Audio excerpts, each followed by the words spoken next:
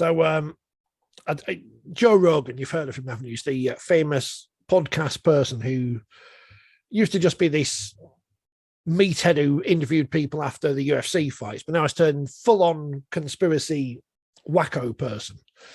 But he's got millions of dollars in the account. And so what I've realized is that's what we've got to go down on 4020 TV. You said last week we don't upset people anymore. Well, we've got to upset the mainstream media and all the world religions, world governments, everything, because they've missed out on the biggest conspiracy going, which, of course, if you were with us last week, you'll know Luke Gale getting banned for things he did.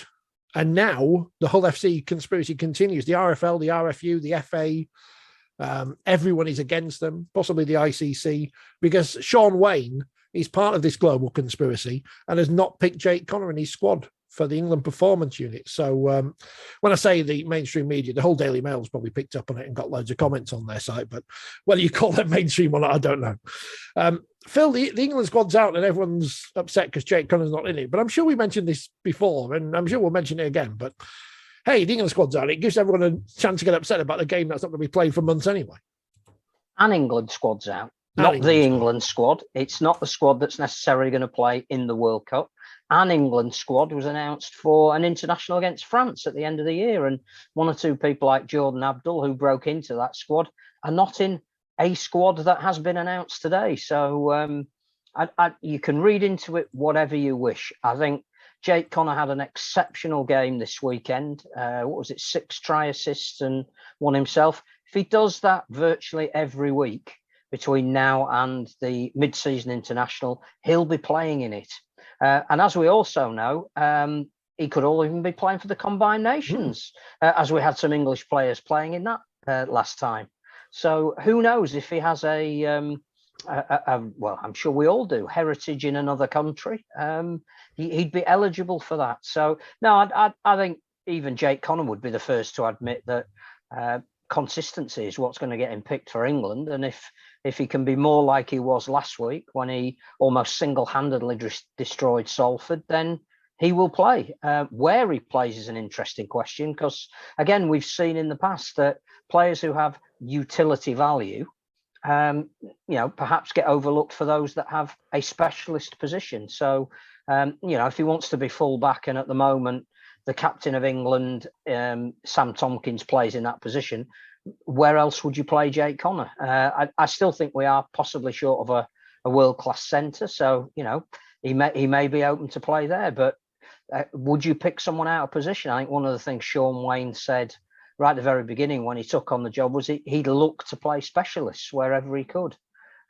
Clearly, he then picked a loose forward at prop when we played France, but that happens. To me, I think the perhaps the most encouraging selection, and we could spend the next few minutes arguing about who's in and who's out and who deserves to be in. Literally, we played 3 games.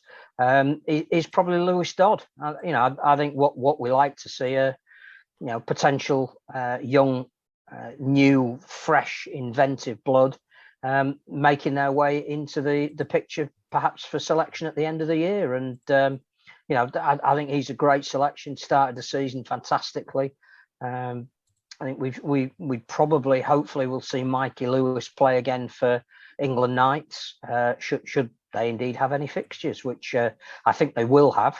And then we'll be able to take a view on whether he's someone that could step up on, and you may be there looking at the half-back pairing for the 2025 World Cup, which in some respects is also important. So if you want to focus on those who aren't in there, that's absolutely fine. I'm sure we could come up with plenty of others. Gareth Widdop is another name that's been mentioned today that isn't in the squad. But now let's focus on some of the ones that have been selected. Tom Johnson, he's not there. This is the squad. And of course, it is only players playing over here and not including players in the NRL. So there will be some names here that will be nowhere near the squad come the World Cup. Bateman, Clark, Cooper, Curry, Davis, Dodd, Evalds, Farrell, Hall, Hardacre, Knowles, Leeming, Lees, Lomax, Lynn, McGilvy, McShane, Makinson, Marshall, Newman. I can't do it without taking a breath. Alensky, Pierce Paul, Percival, Ratchford, Sargentson, Tompkins, Walmsley, Wardle, Wellesby.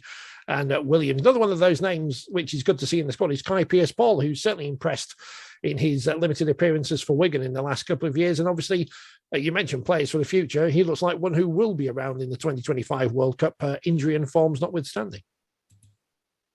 Yeah, and again, I think we look at what might well now be start to be a genuine pathway. We saw him make his debut for the England Knights at Castleford against Jamaica.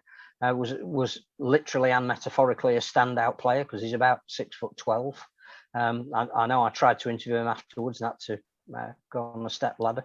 But yeah, I think the amazing thing about him this season, and clearly Wigan have been, if not the surprise packet, I think have metamorphosized the quickest at the start of the season from what they were at the end of last season, is seeing him slot in so effortlessly at centre. And we knew that he had a wonderful offloading game. I think we also felt that maybe Adrian Lamb didn't use that perhaps to best effect last year when they were struggling for points, maybe even left it too late when they played in their playoff game that ultimately they were knocked out of. I think there was only 15 minutes left when he threw him on, which again was asking a lot. So to see him starting matches and having even more space to work in the centres rather than the heavy workload in the second row, he again has shown that he has all the skills. He potentially is someone that you could build around for the next World Cup, but I wouldn't rule him out of playing a part in this one because he offers something different. Now, if Shaun Wane wants to play in an extremely conservative style, he's not the man for him. But I do think that there'll be times during the World Cup where you're gonna have to find a play, and he is a guy that can do it. So young names in there, I'm all for. Give them a chance. I think the opposite end of that spectrum is Ryan Hall getting a recall, which again on the form of last year absolutely deserved. There is no question that he was one of the best wingers in the competition last year, and was one of the main reasons why Hull KR were performing so well last season. And clearly he will get his opportunities this year. They haven't quite found their feet yet. They did get their first win last weekend, which will do them no end of good. Their reward is to play St Helens, who are clearly the best team by a mile this year, as they have been for the last 3 years. But no, great to see Ryan Hall back and making all the right noises about taking nothing for granted. I think the other thing about this squad is it's clearly a training squad. They're going to meet every month now between here and the mid-season international, so there will be changes. We've seen, there's been a lot of injuries already this season. There'll even be people who perhaps might be banned and not able to take up their spot in the squad, and there'll be others who show great form between now and the next training session in a month's time who might be drafted in. So it's a great news story. Later this week we get to know who the coach of the Combined Nations All-Stars will be, so that'll ratchet up that game a little bit more. So yeah, great. Let's talk about International Rugby League. I still think that we everything we're doing this season, which has started really well, the peak is still the World Cup. It will be great to know who is the Super League champion, who gets promoted into Super League, who wins at Spurs, but the game hinges so much on what's going to happen in October and November.